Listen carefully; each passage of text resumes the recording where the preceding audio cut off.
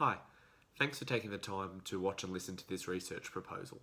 My name is Michael Minns, and on behalf of the University of Canberra, I've prepared this proposal as part of the Masters of High Performance Sport.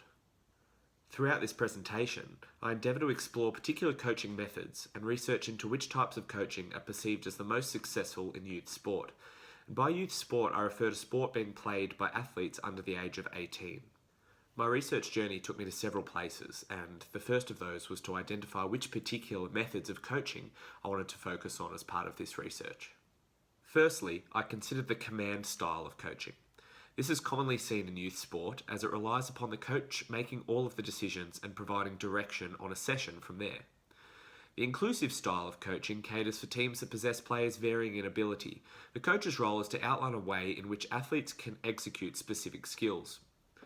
The next type is divergent coaching, and this refers to a coach's ability to be creative and design different strategies and different individual drills for players to develop and be able to perform specific skills in their chosen sport. Lastly, the practice style of coaching is a more passive way of employing coaching techniques. This one relies on a high level of repetition for an athlete to develop their skill over a course of time.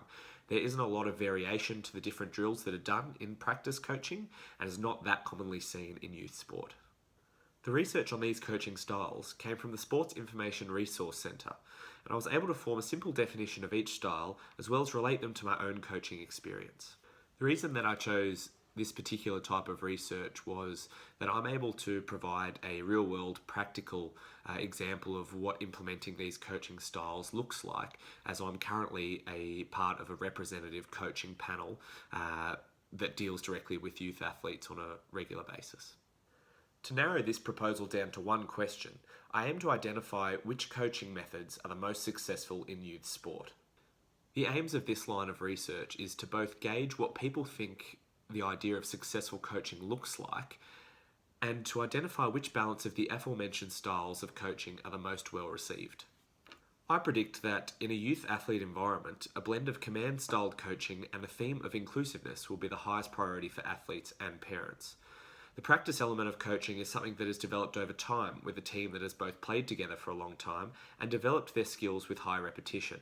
The same can be said for divergent coaching in that it is an evolution of training not commonly applicable in youth sport. Before entering into the methodology of this research, one of the key learnings that I've taken out in my time in high performance sport has been to always search for and acknowledge any ethical implications that can arise from different types of research.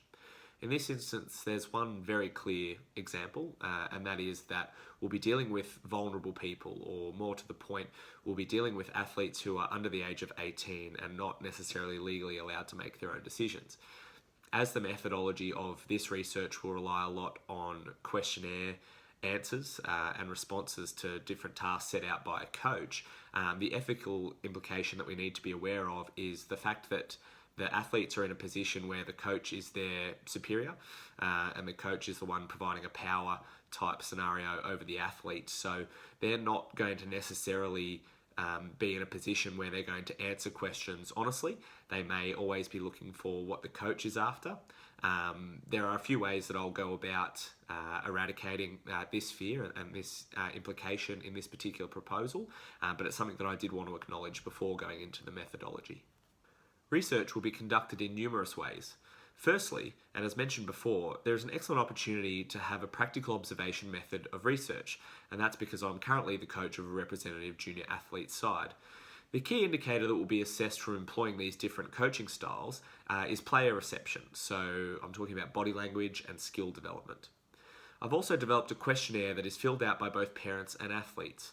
As I identified earlier, it is difficult to produce a quantifiable outcome from this line of research.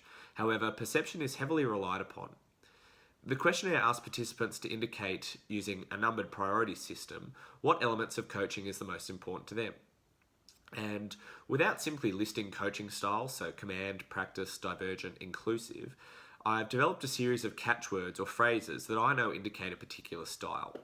The results of these responses go a long way toward identifying the perception of what people want out of a coach, which was the primary aim of this project. As alluded to previously, the participants in this particular research proposal will be numerous youth coaches.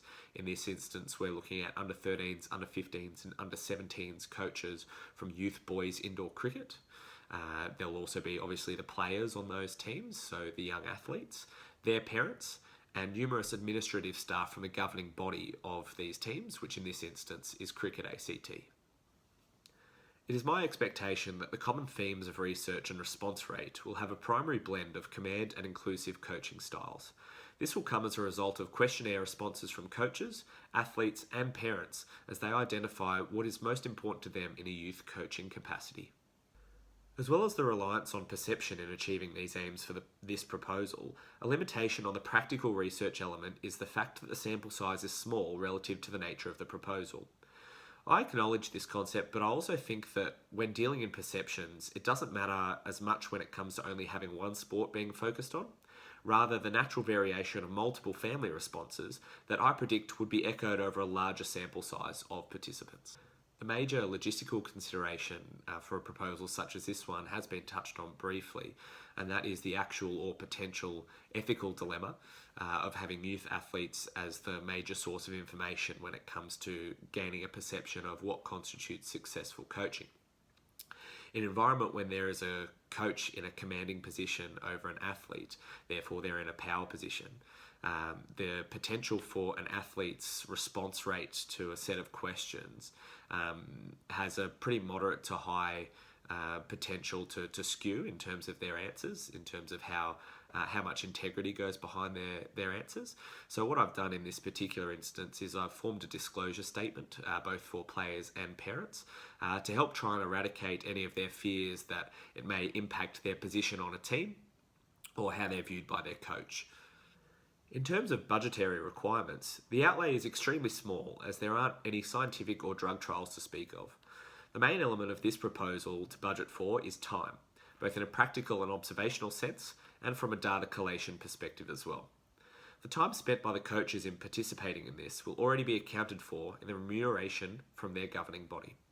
In terms of time frame for this research to take place, because it is actually happening in the background is a real world example, coaches have been with their squads for around about the last 3 to 4 weeks, best part of a month. They're preparing for a national carnival, which takes place in a further 8 weeks. So I would foresee that the time spent to gain a full picture of research and gain the best possible perceptions and enough data in terms of the questionnaire being filled out will be approximately 3 months. In the modern day, coaching of any level of sport, whether it be grassroots or elite, is pretty heavily scrutinised. So I propose that what if we could identify patterns in youth level coaching that could help assist and enhance the coaching styles of elite level coaches. To wrap up this proposal, I think that the importance of proper development in youth athletes is essential to sustaining many sports on Australia's landscape.